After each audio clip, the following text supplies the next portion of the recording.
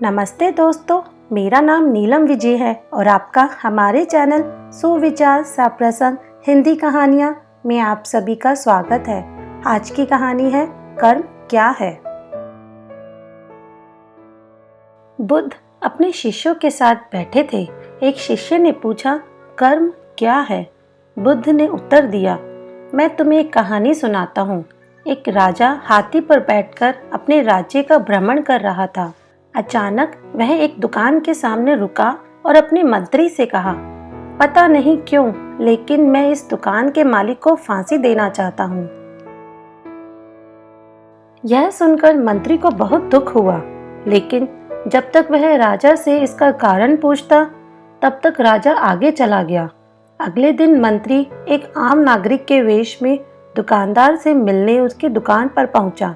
उसने ऐसे ही दुकानदार से पूछा कि उसका कारोबार कैसा चल रहा है। दुकानदार चंदन बेचता था। वह बहुत दुखी था और बोला कि ग्राहक मिलने मुश्किल हो रहे हैं। लोग उसकी दुकान पर आते हैं, चंदन को सूंघकर चले जाते हैं। वह चंदन की गुणवत्ता की भी सराहना करते हैं, लेकिन वह कुछ भी नहीं खरीदते हैं।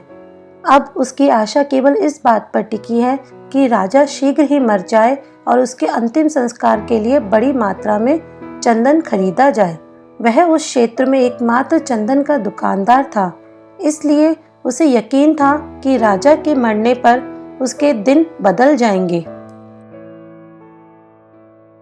अब मंत्री को समझ में आया कि राजा उस दुकान के सामने क्यों रुक गया और क्यों उसने दुकानदार को मारने की इच्छा व्यक्त की।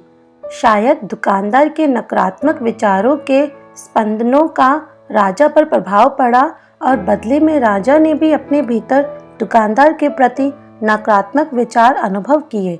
बुद्धिमान मंत्री ने इस विषय पर एक क्षण के लिए सोचा।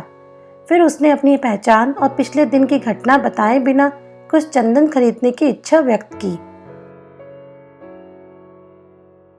दुकानदार बहुत खुश हुआ। उसने चंदन को अच्छी तरह कागज में लपेटकर मंत्री को दे दिया। जब मंत्री महल में लौटा तो वह सीधे राजा के दरबार में गया, जहां और उसने बताया कि चंदन के दुकानदार ने उनके लिए उपहार भेजा है। राजा हैरान रह गया। जब उसने कागज की पोटली खोली तो सुनहरे चंदन और उसकी सुगंध को देखकर बहुत खुश हुआ। प्रसन्न होकर उसने कुछ सोने के सिक्के चंदन के व्यापारी के पास भेजे। राजा अपने मन में यह सोचकर बहुत दुखी हुआ कि उसके मन में दुकानदार को मारने का अवांछित विचार आया।